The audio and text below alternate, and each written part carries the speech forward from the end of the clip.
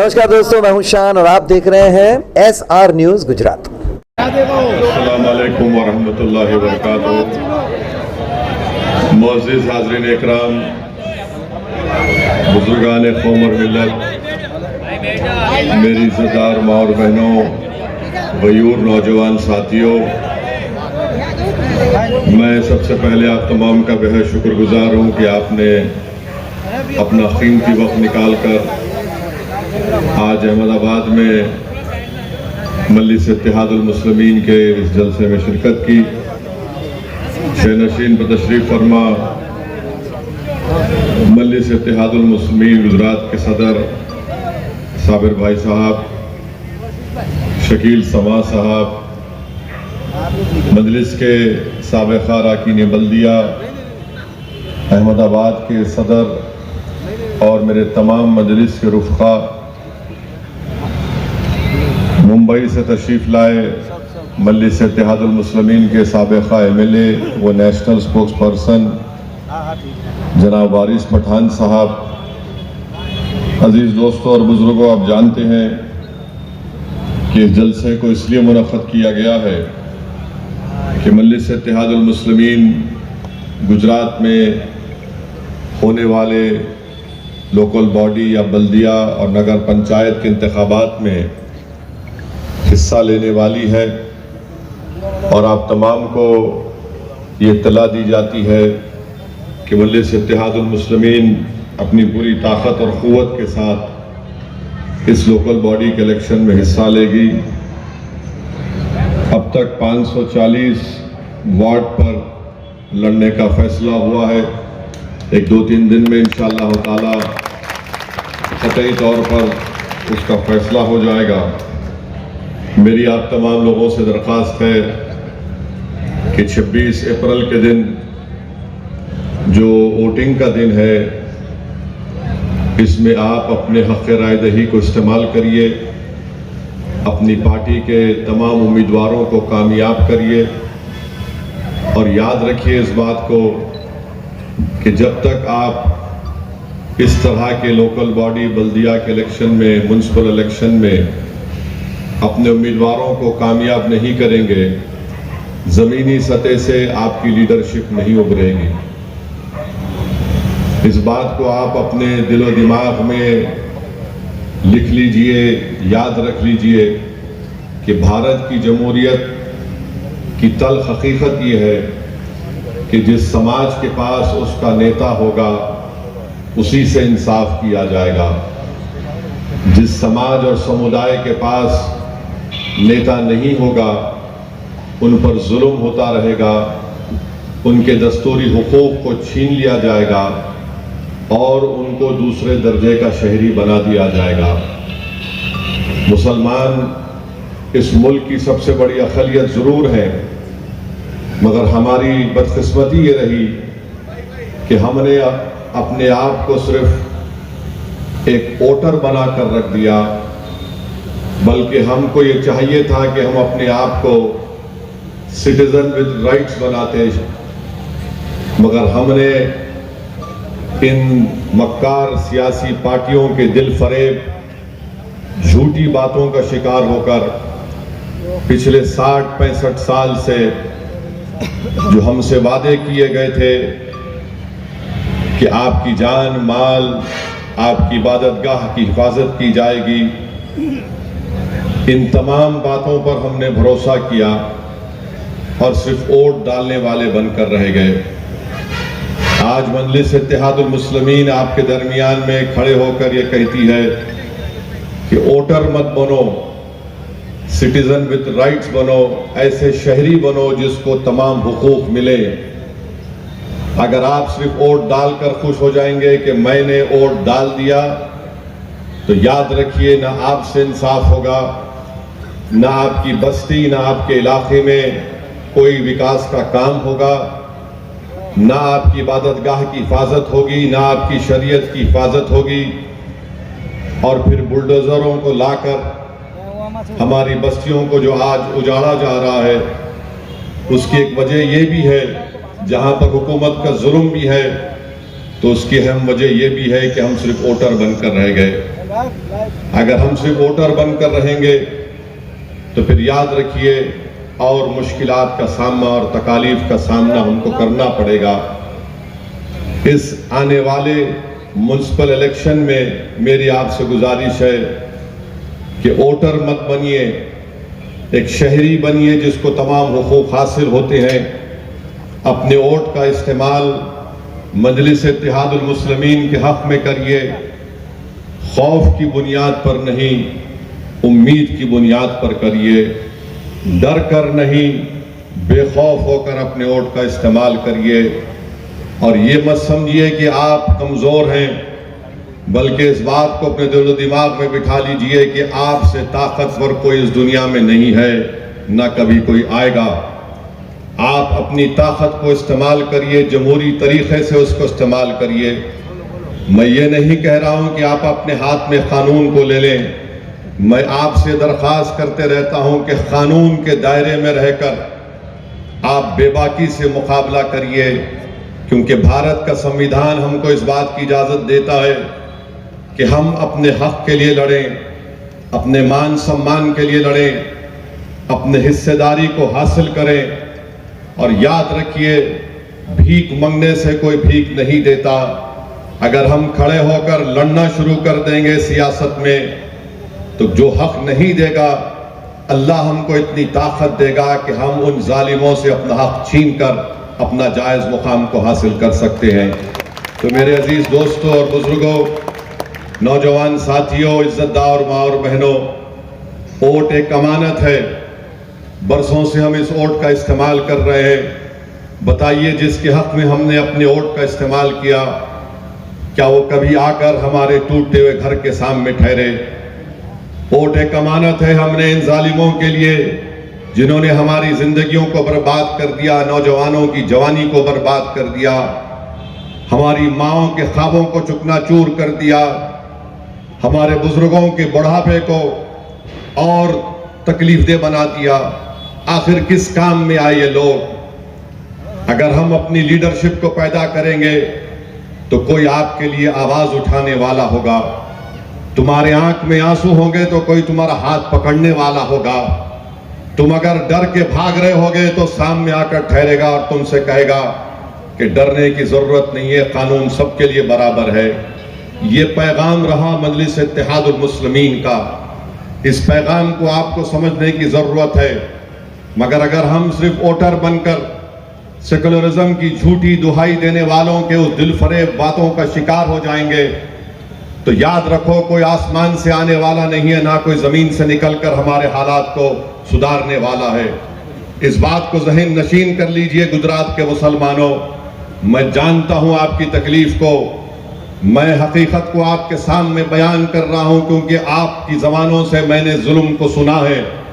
ये रात, ये अंधेरी रात है, लंबी जरूर रहेगी, मगर इंशाअल्लाह ताला अगर गुजरात का मुसलमान सियासी तौर पर अपनी सफ़ों में इत्तेहाद पैदा करके अपने नेता को खातिमा, ये जुल्म की अंधेरी रात, ये खूनी रात का खातिमा जल्दी हो जाएगा, जहां से आप और हम चैन और आराम से अपनी जिंदगी गुजार सकेंगे।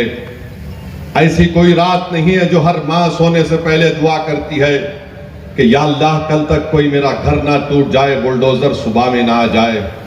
कोई ऐसा नौजवान नहीं होगा जो रात में ये फिक्र लेकर सोचता है कि कहीं सुबह में मुझे कोई उठाकर लेकर ना चला जाए। कोई हमारी बहन ऐसी नहीं होगी जो रात में ये तकलीफ लेकर नहीं सोचती होगी कि सुबह में अगर मैं रास्ते पर चल के जाऊं तो कोई मुझे ताना ना मार दे। मेरे भाई, ये हमारी जिंदगी की हकीकत है। अगर कोई इससे इनकार करता है तो वो ख्वाबों की दुनिया में रह रहा है, और मैं ख्वाबों में जिंदा नहीं रहना चाहता। मैं आपको बता रहा हूं कि हमको अपने ख्वाबों को पूरा करने के लिए खड़े होना पड़ेगा और जमहूरी तरीके से हमको मुकाबला करना पड़ेगा। अगर हम इसी तरह खामोश बैठे रहेंगे तो फिर याद रखिए, ये जो मासूम बच्चे आज जो 10-12 साल के हैं, वो जब 20-21 साल के हो जाएंगे, वो तुमसे आके सवाल करेंगे कि बताओ, तुमने हमारी जवानी को अच्छा रखने के लिए, हमारे मुस्तकबिल को संवारने के लिए तुमने जिद्दोजहद क्यों नहीं की? तुमने ईसार और कुर्बानी के मज़ारे क्यों नहीं किए? तुमने हमारी लीडरशिप को क्यों नहीं पैदा किया? बताओ तुम्हारे पास क्या जवाब होगा?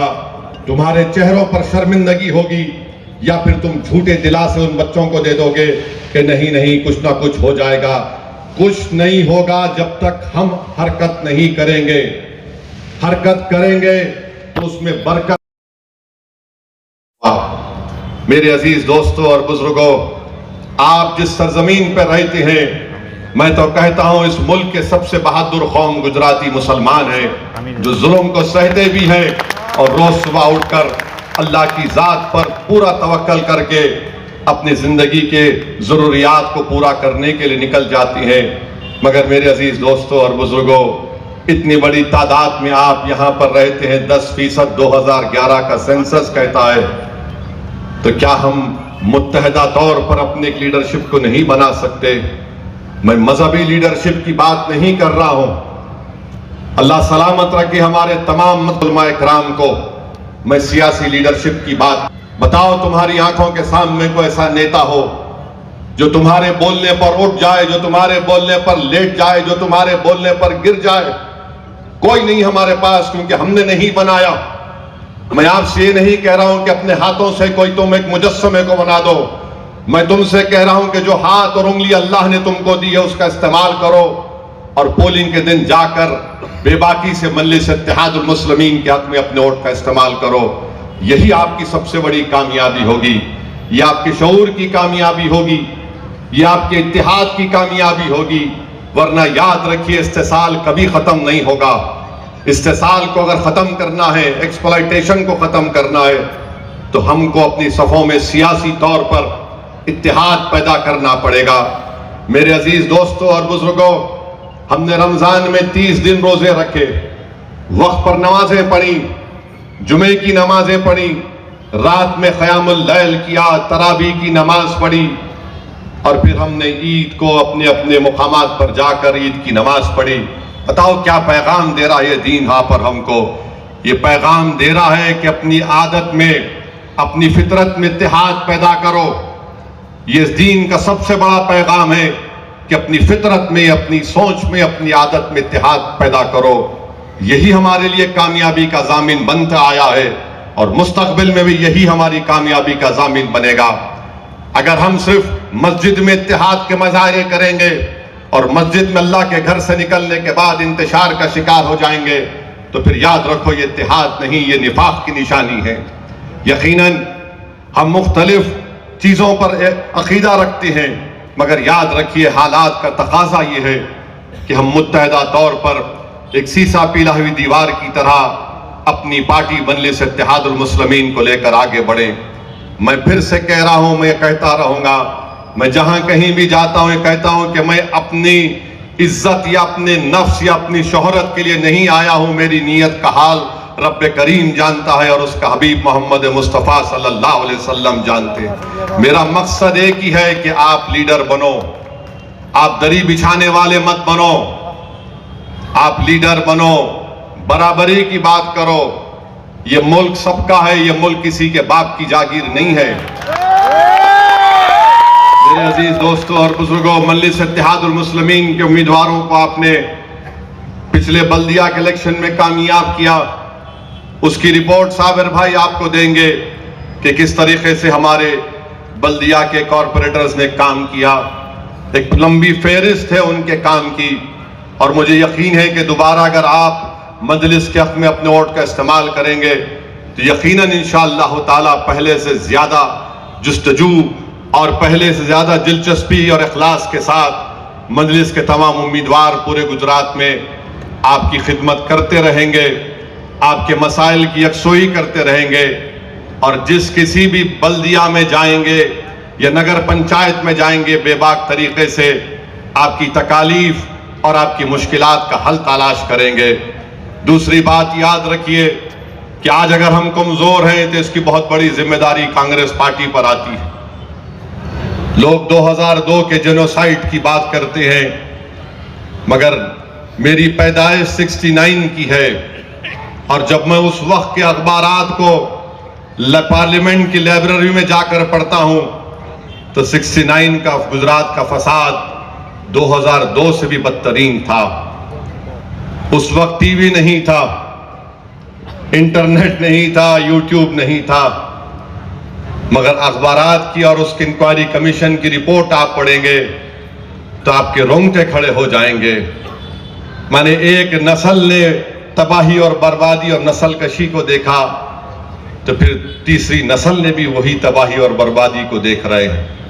मेरे अजीज दोस्तों और बुजुर्गों, खुदा के लिए मेरे इस बात को समझो। अगर आप मेरी इस पैगाम में सच्चाई समझते हैं तो खुदा के लिए उसको कबूल करो, वरना मैं तो एक दीवाने की तरह बोलता रहता हूं और बोलता रहूंगा। जिंदगी जब तक अल्लाह बाकी रखेगा मैं इन सच्चाइयों को बयान करता रहूंगा। मेरा काम आप तक पैगाम पहुंचाना है। दिलों को मोड़ने वाला तो अल्लाह सुब्हाना व तआला है। मेरे तकरीर के अल्फाज में इतनी ताकत नहीं है कि तुम्हारे दिलों में शायद मजलिस की मोहब्बत पैदा हो जाए, मगर मुझे यकीन है कि जब मैं सच्चाई को बयान कर रहा हूं अल्लाह सुब्हाना व तआला तुम्हारे दिलों में मजलिस की मोहब्बत को पैदा करेगा। मेरे अल्फाज में शायद इतनी ताकत नहीं है कि तुम हिंदुस्तान के बहुत बड़े सियासी लीडर बन जाओ, मगर मुझे यकीन है कि अगर तुम सच्चाई से मेरी इस बात को सोचोगे तो हो सकता है कि तुम भारत के सबसे बड़े नेता बनोगे और अपनी कौम और मिल्लत और इस मुल्क के मुकद्दर को तुम बदल दोगे। तुम इस मुल्क को ताकतवर बना दोगे। शायद अगर मेरी इस बातों में अगर ताकत नहीं है, मगर अगर तुम सच्चाई से सुनोगे तो हो सकता है कि इस मुल्क की वजीर आजम एक मुस्लिम बच्ची होगी जो हिजाब पहनकर इस मुल्क की क़यादत भी कर सकती है। मेरी नजर में इन ख्वाबों को हम पूरा कर सकते हैं। ये महज तुमको जज्बात में लाने के लिए नहीं कह रहा हूं, ये हो सकता है मेरे भाई, हमको अपने ख्वाबों को पूरा करना है और ख्वाबों को पूरा करने के लिए मेहनत करनी पड़ती है, जुस्तजू करनी पड़ती है, इसार और कुर्बानी का जज्बा पैदा करना पड़ता है। और जब आपके साथ जमात के लोग होते हैं उनकी गलतियों को भी नजरअंदाज करके हमको मंजिल की तरफ रुख करना पड़ता है। मैं जानता हूं कि बुलडोजर के जरिए गुजरात में घरों को तोड़ दिया गया, मैं जानता हूं कि दरगाहों को, खबरों को तोड़ दिया गया, मैं जानता हूं कि आए दिन किसी ना किसी तरीके से नौजवानों को परेशान किया जाता है। मैं आपको सिर्फ इतना कह रहा हूं कि याद करो 1500 साल पहले मक्के की सरजमीन है, एक मोहम्मद सल्लल्लाहु अलैहि वसल्लम है और खड़े होकर मक्के की सरजमीन पर ऐलान करते हैं कि आओ हक को कबूल करो, सच्चाई को कबूल करो। तो लोग ताने मारते, लोग पत्थर फेंकते, लोग क्या क्या नहीं कहते थे। लोग काबे की इस मुबारक जगह पर ऊन की उजड़ी मुबारक जिस्म पर लाकर डाल दिए। कभी सिद्दीक अकबर को मारा गया, तो कभी हजरत बिलाल पर जुल्म किया गया, तो कभी हजरत सुमैया को शहीद कर दिया गया, तो कभी यासर को रस्सियों से चीर दिया गया। मेरे भाई, हम उनके मानने वाले हैं जिन्होंने तकालीफ को बर्दाश्त की मगर हक का रास्ता नहीं छोड़ा। हम कभी भी हक का रास्ता नहीं छोड़ेंगे। वक्त का नमरूद होगा, वक्त का फिरौन होगा, वक्त का अबू जहल होगा, वक्त का यजीद होगा, ये हारेंगे इंशाअल्लाह ताला। देखना ये तुम्हारे सामने शिकस्त खाएंगे, तुम देखना इनका इंजाम कैसे होगा। अल्लाह इन सब का हिसाब करेगा। कोई जालिम जुल्म करके समझता है कि कुदरत मुझसे मुकाबला नहीं करेगी। अरे जालिमो, तुम जुल्म करते जाओ मगर कुदरत तुमको बता देगी कि कौन ताकतवर है। जमीन व आसमान का खालिक ताकतवर है, जिसके पास इख्तिदार है वो जुल्म कर सकता है, मगर हक जो अल्लाह है उससे बड़ा ताकतवर नहीं हो सकता। मेरे अजीज दोस्तों और बुजुर्गों, नौजवानों, खौफ को अपने करीब आने मत दो, नाउम्मीदी का शिकार मत हो, बल्कि पुरुम्मीद रहो कि हम कामयाब होंगे इंशाअल्लाह ताला।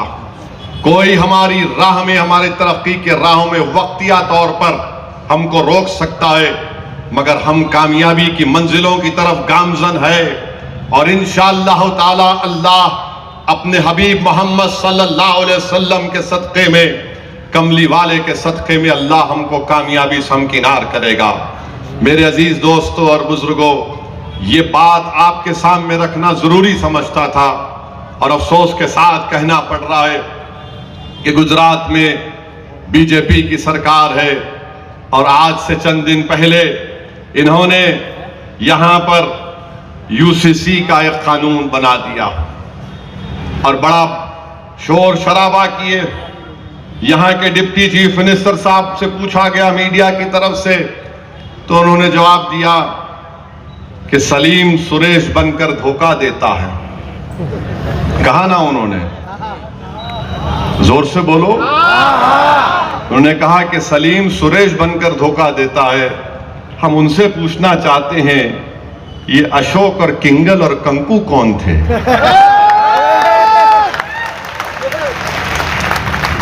अशोक और किंगल कौन थे? इनके बारे में तो तुम्हारे मुंह में दही जम जाती है। इनके बारे में तो बोलो कुछ। क्या हुआ मार्च 1920 को थाट गांव में? कुछ नहीं बोलेंगे, कुछ नहीं बोलेंगे। चौधरी और अबायर में क्या हो रहा है उस पर तस्करा नहीं करेंगे। हम डिप्टी सीएम साहब को पूछना चाह रहे हैं कि ये सुरेश और सलीम क्या है, ये और फिर ये अशोक और किंगल क्या है, और कंकु का किस्सा क्या है, बताओ हमको। कुछ नहीं बोलेंगे। इनको बस वही पुरानी मुगल आजम की स्टोरी याद है, सलीम अनारकली की, बस कि सलीम सुरेश है। अरे कब तक तुम पुरानी 60 साल पुरानी फिल्म की कहानी दोहराओगे? ये 2026 है प्यारे, हकीकत का सामना करो। आप कहते हैं कि अगर कोई शादी करेगा 18 साल की बच्ची, 21 साल का बच्चा, तो मम्मी डैडी से पूछकर शादी करना। संविधान क्या कहता है? आर्टिकल 21 राइट टू लाइफ क्या कहता है? मगर आप कौन है? दो मोहब्बत करने वालों के बीच में क्यों आना चाहते हैं? जो तुम मुगल आजम स्टोरी के दीवाने हो, उसमें एक गाना भी है, जब प्यार किया तो डरना क्या। और आप देखे तो कबाब में हड्डी बनते हैं। चलिए कबाब की मिसाल शायद आपको तकलीफ दे दे, ढोकला में आप कुछ गाड़ी बनते हैं। क्या है ये? देश को ले जाना चाह रहे हैं कि हम दूसरी बड़ी इकॉनमी बनेंगे। क्या 10% समाज के लोगों पर जुल्म करके, उनको मार्जिनलाइज करके आप भारत को विकसित भारत बना पाएंगे? कौन से भारत की आप बात कर रहे हैं जहां पर एक समाज को रोज टारगेट किया जाता है? और यूसीसी के नाम पे आपने कौन सा कानून बनाया? अगर कोई शादी नहीं करता है तो वो बालिग अगर है तो एक साथ रह सकते हैं, और हमारा दीन ये बोलता है कि कोई गैर महरम लड़का, गैर महरम लड़की किसी को हाथ भी नहीं लगा सकते। आप बोल रहे हैं कि आप रहो, शादी मत करो। फिर शादी का कॉन्सेप्ट आप खत्म करना चाहते हैं। ये तो मगरबी तहजीब है, ये तो वेस्टर्न कल्चर की निशानी है। और आज अगर अमेरिका, वेस्टर्न मुमालिक तबाही के दहाने पर आ गए, इसलिए कि उनमें मॉरल्स खत्म हो चुके हैं, अखलाकियात खत्म हो चुके हैं, वो अपनी नफ्स की ख्वाहिश पर जिंदगी गुजारते हैं।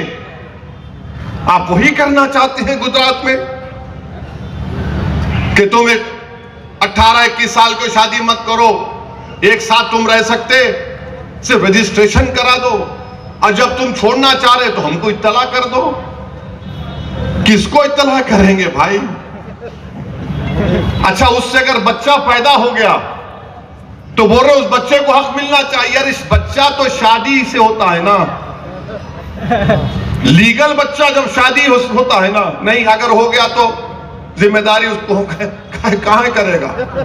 कौन करेगा? कहां जाएंगे हमारे मॉरल्स, अखलाकियात कहां जाएंगे? आप भारत की बात करते हैं, भारत के कल्चर की बात करते हैं। ये तो भारत का कल्चर नहीं है। अगर कोई ये करता भी है तो आप कैसे इजाजत दे रहे हैं उसकी? फिर दूसरी बात उसमें क्या कर दिया उन्होंने कह दिया कि शादी जो कानून बनाया शादी का, आपने पूरा उठाकर हिंदू मैरिज एक्ट का इस्तेमाल करके आपने कह दिया कि मुसलमान हिंदू मैरिज एक्ट के तहत शादी करेगा, डिवोर्स होगा, शादी खत्म होगी तो हिंदू डिवोर्स एक्ट के तहत होगा। क्यों होगा? आपके धर्म पर चलने को आपको इजाजत है, आपके धर्म के कानून आप चलिए, इस पर कोई इनकार नहीं है, मगर आप आपके धर्म का कानून हम पर क्यों लागू करना चाह रहे? हम मुसलमान हैं।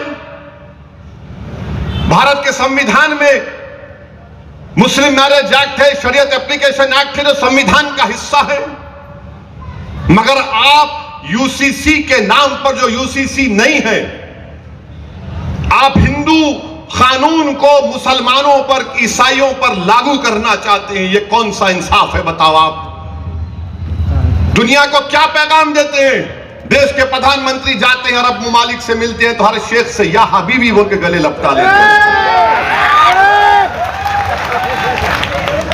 या हबीबी, छोड़ते नहीं है, पकड़ लेते हैं उसको, भाग जाएंगे इसलिए। मगर यहां पर क्या कर रहे हैं? हमको जकड़ रहे हैं, हमसे कह रहे हैं कि तुम दीन पर नहीं चल सकते, तुम इस्लामी तालीमात पर नहीं चल सकते, तुम कुरान और सुन्नत को तुमको छोड़ना पड़ेगा। बताइए आप, ये किसी भी मुसलमान को कबूल नहीं है कि अपने दीन को छोड़ दे, अपने कुरान और सुन्नत को छोड़ दे। तलाक होगा तो हिंदू डिवोर्स एक्ट के तहत होगा।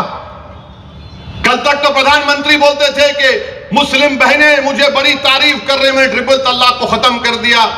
आपने तमाम तलाक को, खुला को खत्म कर दिया। यह आपका इंसाफ है? वो झूठ है, सबका साथ, सबका विकास, सबका विश्वास। और आप बोलते हैं कि मुसलमान पिछड़ा है। अरे मुसलमान पिछड़ा नहीं है, तुमने मुसलमान को पिछड़ा रखा। मजहब पर कैसे कॉम्प्रोमाइज किया जाएगा?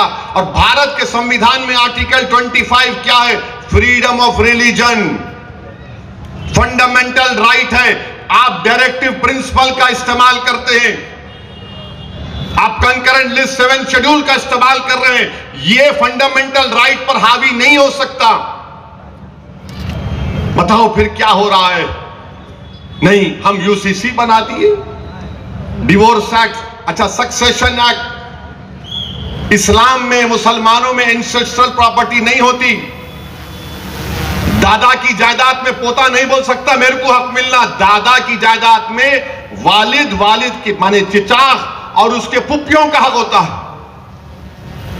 आपकी तालीमात को हम पर थोप रहे हैं। क्या करना चाहते हैं आप हमसे? इतनी नफरत क्यों है आपको मुसलमानों से? ये तुमने नफरत की बुनियाद पर कानून बनाया है उत्तराखंड में और गुजरात में। और मैं मीडिया वालों से आज पूछा कि क्या आपके पास रिपोर्ट है जस्टिस रंजना देसाई की? तो बोले हमारे पास नहीं है। रिपोर्ट वहां से गई मुख्यमंत्री के पास, मुख्यमंत्री रिपोर्ट बजाय आवाम को देते, उसमें बताते कि उसने क्या कहा। आपने बिल पेश कर दिया और कानून बना दिया। यह आपका कानून बनाने का तरीका है। और फिर तीसरी बात, उसमें गुजरात में 16% हमारे आदिवासी भाई बहन हैं, उन पर कानून का इतलाक नहीं होगा। 16% पर नहीं होगा, 10% पर होगा। और उसमें प्रोटेक्शन दे दिए, जो कस्टम और यूसेज होगा उन पर यह कानून का इतलाक नहीं होगा। यानी आप जानते हैं कि गुजरात में फूलहार की एक रस्म है, नौतरा की रस्म है, उसको कस्टम एंड यूसेज के नाम पर छोड़ दिया जाएगा। निशाना कौन है? मुसलमान। इनकी मजहबी शनाख्त को छीन लो, इनको कुरान और सुन्नत से दूर कर दो। सुनो बीजेपी आरएसएस वालों, स्टालिन लेनिन ने भी कोशिश की थी, वो खत्म हो गए, मगर उन इलाकों में आज भी इस्लाम जिंदा है। आज आप जो कोशिश कर रहे हैं इंशाअल्लाह उसमें नाकाम हो जाएंगे। याद रखो, ये देश की खूबसूरती ये है, यहां पर हर फूल को खिलना चाहिए। भारत एक चमन है, एक बाग है, यहां पर हर फूल को खिलना चाहिए। अगर चमन का माली एक फूल को मसलने की कोशिश करेगा तो याद रखो पूरे बाग के फूल मुरझाए जाएंगे। वो बाग बाग नहीं रहेगा, वीरान सहरा बन जाएगा, खुदा ना खास्ता। और चमन के माली की जिम्मेदारी है कि हर पेड़ को पानी डाला जाए। अगर माली ये समझ ले कि नहीं सिर्फ एक फूल को मैं पानी और चारा डालूंगा तो बाग नहीं होगा, वो एक वीरान झाड़ होगा, उस पे चंद फूलें होंगी। अगर इस देश को हम चमन मानते और मानते आए हैं, इस चमन में हर फूल को खिलना चाहिए। मगर आपकी पॉलिसी बड़ी अजीब और गरीब है।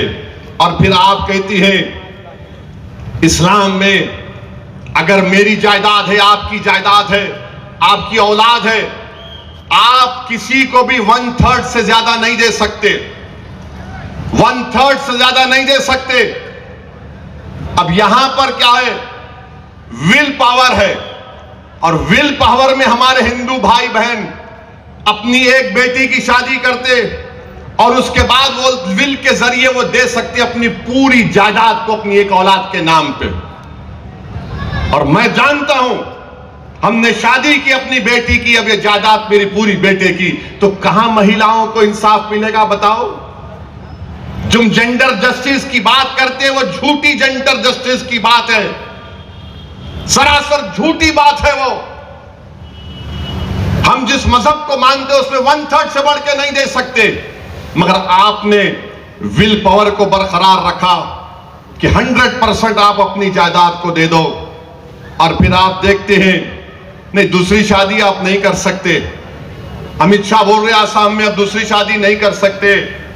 अच्छा नहीं कर सकते, चलो एक काम करो, अभी जो सेंसस होने जा रहा है, जो अब अप्रैल से शुरू होगा, उस सेंसस के कॉलम में एक बात लिख दो, मालूम करो भारत में मजहब के एतबार से हिंदू, मुसलमान, सिख, ईसाई, बौद्ध या जिस खुदा को नहीं मानते एथिस्ट, उनसे पूछो तुम्हारे पास दूसरी बीवी है क्या। आप अगर सच्चाई सामने आ जाएगी तो बीजेपी आरएसएस वाले शर्मिंदा हो जाएंगे। किसके पास 2 बीवी है मालूम हो जाएगा। मगर सिर्फ बदनाम किया जाता है, नहीं मुसलमान है 2 है 3 है। अरे कहां 2-3 है भाई, एक कोई संभालना मुश्किल। असरुद्दीन ओवैसी को एक कोई संभालना मुश्किल है। लोग मेरे से पूछते इतना अच्छा भाषण क्यों देते, मेरा घर में इजाजत नहीं, बाहर निकल के बोलने की इजाजत है। ये हमारा हाल है। नहीं 2 बीवी है, 3 बीवी है। अच्छा जिसके पास 1 बीवी है उसके साथ नहीं है तो क्या करेंगे। हमको 2 है, 3 है, 4 है। नहीं 2 नहीं कर सकते, मगर लिव इन रिलेशनशिप कर सकते। आप देख लो, 2 नहीं कर सकते। गुजरात के कानून में लिखा हुआ है कि जिसकी बीवी है लिव इन रिलेशनशिप नहीं कर सकते, ठीक है। मगर कौन जाके झांक के देखेंगे उसको गुनाह कर रहा तो उन्हें मुंह काला कर रहा तो अपना। आप पुलिस बनाएंगे, इन्हें जा रहा औरत के साथ, ये लिव इन रिलेशनशिप है, सेकंड वाइफ है, फर्स्ट वाइफ है, कौन करेंगे। बेचारे पुलिस वालों को तो कुछ इख्तियार ही नहीं है, जाओ तोड़ो, गोली मारो, किस्सा खत्म हो गया काम उनका। अब आप ये कानून बना दिए और फिर आप देखते हैं ये सब चीजें हो रही हैं। अजीब व गरीब कानून बनाया गया। ये कानून भारत के संविधान के खिलाफ है। जब भारत की पार्लियामेंट में संविधान बन रहा था, बाबा साहेब अंबेडकर, ये आर्टिकल 44 नहीं था, 38 था। बाबा साहेब अंबेडकर ने कहा कि मुसलमानों पर यह कानून लागू नहीं किया जाएगा जबरन, फोर्सफुली। बाबा साहिब ने कहा कि जो इस कोर्ट को मानते उनको लिख कर देना पड़ेगा। और आज बीजेपी वाले, आरएसएस वाले झूठ बोलते हैं। डायरेक्टिव प्रिंसिपल है, फंडामेंटल फंडामेंटल राइट उससे बड़ा है। तुम शेड्यूल 7 कंकरेंट लिस्ट की बात कर रहे हो कि फंडामेंटल राइट का चार डालोगे? तुम हमको हम कह रहे हमारी मजहबी शनाख्त को खत्म कर दोगे? तो मेरे अजीज दोस्तों और बुजुर्गों, ये बात आपको याद रखना है। ये कांग्रेस के लोग आकर नहीं बोलेंगे ये बात आपको, वो छुप छुप कर बोलेंगे, ऐसा ऐसा कान में बोलेंगे। नहीं नहीं नहीं, ज्यादा हम बोलेंगे तो हमारे हिंदू भाइयों को वोट नहीं मिलेगा। हमको देखना है जैसा तुमको मिल रहा। तुमको खाली मुसलमान का ही वोट मिल रहा और तुम डरते असदुद्दीन ओवैसी से इस बात के कि अगर ये भी खा गया तो हम कहीं के भी नहीं रहेंगे, और हम लेके रहेंगे इंशाअल्लाह ताला हमारा वोट, इंशाअल्लाह ताला लेकर रहेंगे। तुम्हारी कमजोरियों की वजह से आज हमको ये दिन देखना पड़ रहा है। और फिर आज गुजरात में फर्स्ट लैंग्वेज 9th और 12th क्लास में फर्स्ट लैंग्वेज की टेक्स्ट बुक में आप गीता को पढ़ा रहे हैं। क्यों पढ़ा रहे हैं? मॉरल्स अच्छे होना, अखलाकियात। अरे अगर मॉरल्स अच्छे होना तो कुरान भी पढ़ाओ, बुद्धा की तालीमात पढ़ाओ, गुरु नानक की पढ़ाओ, जीसस क्राइस्ट की पढ़ाओ। मगर आप नहीं पढ़ा सकते। आर्टिकल 28 पढ़ लो आप। गवर्नमेंट और एडेड स्कूल्स में मजहबी तालीमात को नहीं पढ़ाया जा सकता। संविधान का उल्लंघन हो रहा है, ब्लेटेंट वायलेशन हो रहा है संविधान का, और कोई बोलने वाला नहीं। और आम आदमी पार्टी और कांग्रेस इसकी तायीद की है। आम आदमी पार्टी और कांग्रेस इसकी तायीद की है। मेरे अजीज दोस्तों और बुजुर्गों, फिर डिस्टर्ब एरियाज एक्ट बनाया गया। हाँ, एक बात बोलना भूल गया, डिप्टी सीएम साहब याद आया। वो बोले कि अगर कोई बच्ची को फंसाता है तो झांसी की रानी लक्ष्मीबाई की तरह बन जाना चाहिए। डिप्टी सीएम साहब, आप जानते नहीं है झांसी की रानी लक्ष्मीबाई का फौज का कमांडर इन चीफ मुसलमान था, तोप चलाने वाला मुसलमान था, और झांसी की रानी के साथ एक मुस्लिम खातून थी। मुंदर नाम था उस हमारी बहन का या मां का, बोल दीजिए, उस बहादुर का, जो लक्ष्मीबाई झांसी की रानी के साथ साथ साथ रहती थी। अब ये बोल रहे झांसी की रानी बन जाना चाहिए तो मुंदर भी आएगी, याद रखो, मुंदर भी आएगी और साथ में गुलाम गौस खान और खुदा बख्श भी आएगा। ये लोग शहीद हो गए थे झांसी की रानी के साथ। मुंदर शहीद हो गए अंग्रेजों की गोलियों के साथ, गुलाम गौस खान शहीद हो गए, खुदा बख्श शहीद हो गए। और बीजेपी आरएसएस वालों, बोलो, मेरी जवाब दो मेरे सवाल का। झांसी की रानी को धोखा देने वाले क्या ग्वालियर के राजा नहीं थे? तुम आज हमसे वफादारी का सर्टिफिकेट पूछते हो। यह सच्चाई है, इससे कोई इनकार नहीं कर सकता। मेरे अजीज दोस्तों और बुजुर्गों, डिस्टर्ब्ड एरियाज एक्ट, यानी अजीब व गरीब डिस्टर्ब एरियाज एक्ट बना दिए। जब से पहले क्या बोले कि डिस्ट्रेस सेल नहीं होना, कंसेंट होना, जब वो होना शुरू हो गया तो कलेक्टर को बोला गया कि देखो मुसलमान है तो मत दो परमिशन।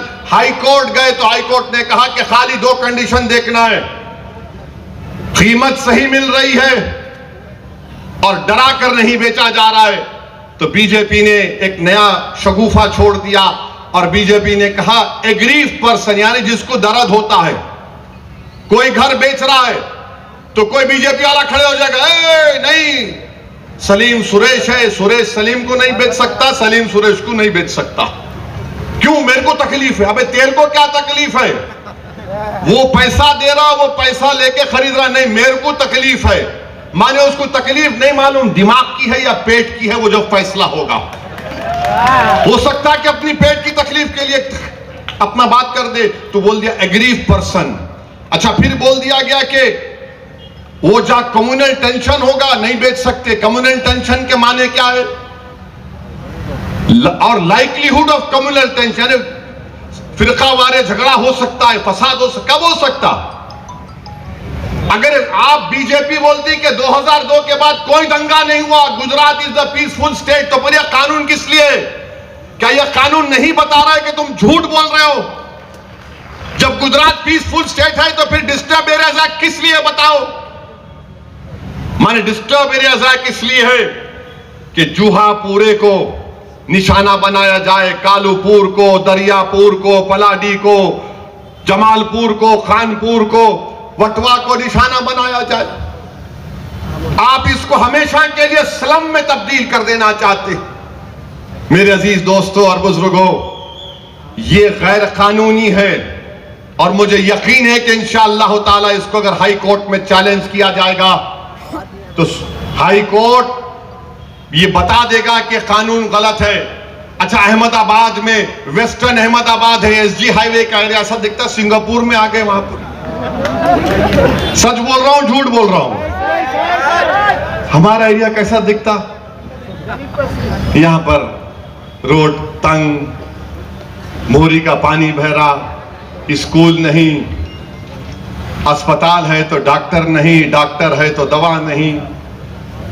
यहां पर तो आपने बड़े आलीशान डेवलपमेंट करवा दिए, मगर यह आपकी नफरत की निशानी है कानून भी। मेरे अजीज दोस्तों और बुजुर्गों, डिमोलिशन जो हो रहा है, डिमोलिशन के बारे में भी मुझे अब कहना है कि डिमोलिशन अब 1970 में अहमदाबाद में बारिश की वजह से सैलाब आया था तो संकलित नगर जूहापुरा में लोगों को कहा गया जाकर वहां पर रहो। लोग वहां पर रहने रहे। अब आप जूहापुरा को ललचावी नजरों से देख रहे हैं। याद रखो, ये तुम्हारा जुल्म गलत है। फिर इसके बाद आप देखते हैं सुप्रीम कोर्ट का जजमेंट है, नहीं, रास्ते में खबर है, मजार है, दरगाह है, कब्रिस्तान है और दूसरे इबादत गाहें।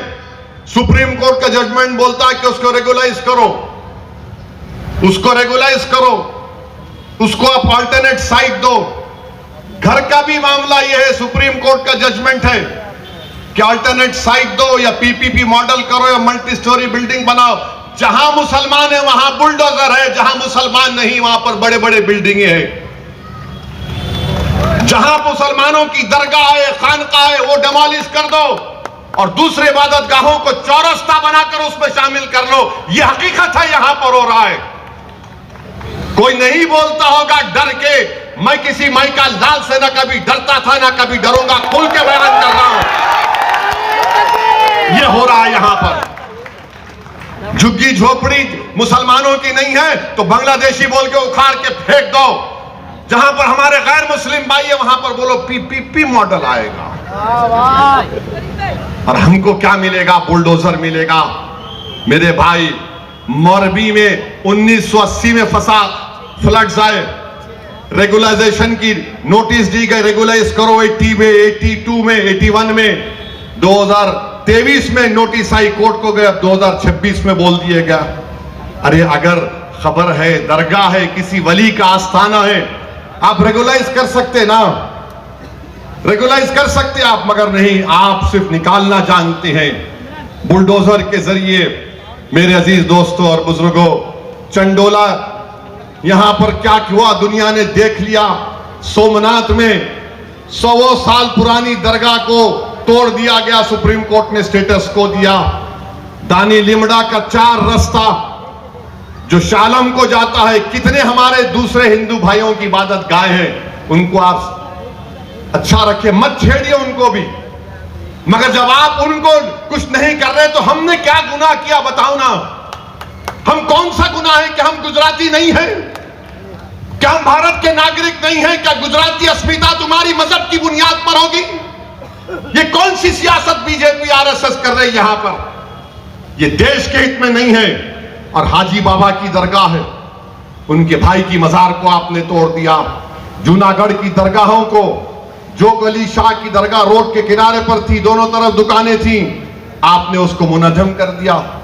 तो ये सब चीजें हो रही हैं। इसको रोकने के लिए मेरी आपसे गुजारिश है कि 26 तारीख के दिन आप अपना एक वोट मजलिस के उम्मीदवारों को देकर कामयाब करिए। याद रखिए, कांग्रेस में ताकत नहीं है बीजेपी को रोकने की। कांग्रेस नहीं रोक पाएगी। आपको अपने नुमाइंदों को कामयाब करना है, अपनी लीडरशिप को बनाना है, तो अपने के वोट का मुत्तहिदा तौर पर इस्तेमाल करके मजलिस इत्तेहादुल मुस्लिमीन को कामयाब और कामरान करिए। मेरे साथ नारा लगाइए, नारे तकबीर, नारे तकबीर। मजलिस इत्तेहादुल मुस्लिमीन, मजलिस इत्तेहादुल मुस्लिमीन, हमारा इत्तेहाद। अस्सलाम वालेकुम व रहमतुल्लाहि व बरकातहू।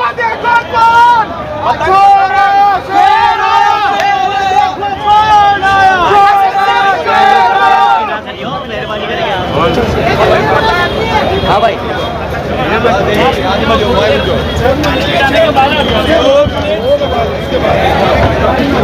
असद साहब पतंग पतंग पतंग।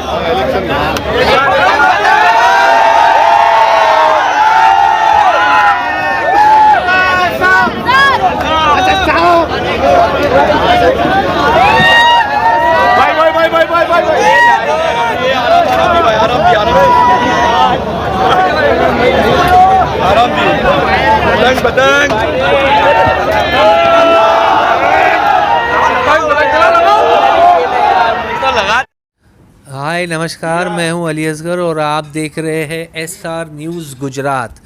Please like, subscribe and share करो।